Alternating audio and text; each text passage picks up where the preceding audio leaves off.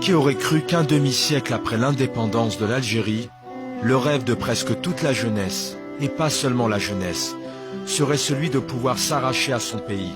quitter sa famille, se jeter sur les routes amères de l'exil, tenter de franchir la mer à bord de fragiles esquifs pour finir enfin dans des centres de rétention espagnols ou italiens, ou pire encore, au fond de l'eau, servir de nourriture aux poissons.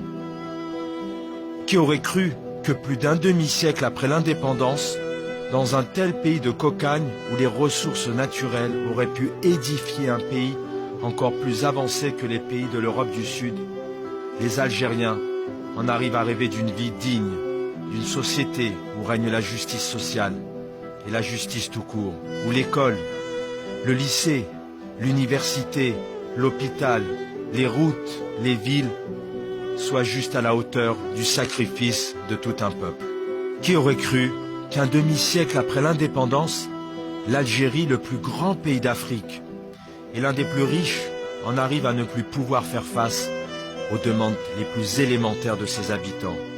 que la corruption en devienne le mécanisme le plus central. Qui aurait cru que l'Algérie soit ainsi livrée pieds et poings liés à une mafia,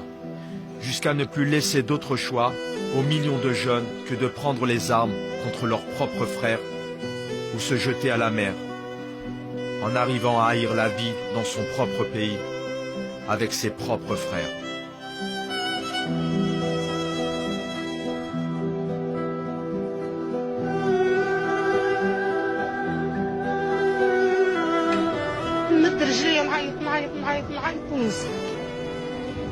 زوز رجال زوز سيوطة سفيان الراي كيما الغزال يما خايتي قلت له ما تروحش هذا باكلتي ما تروحش ناكلوا التراب ياكلوا الحجر ما تروحش 30 سنة 31 سنة مش متزوجة يشوف التراب وتتزوج ودير في العراس وش يعمل كان الحال وش يعمل هذا وش نقول لك هذا وش نقول لك ولادي برك ولاد المؤمنين الكل راحوا في ستة ما بان حتى واحد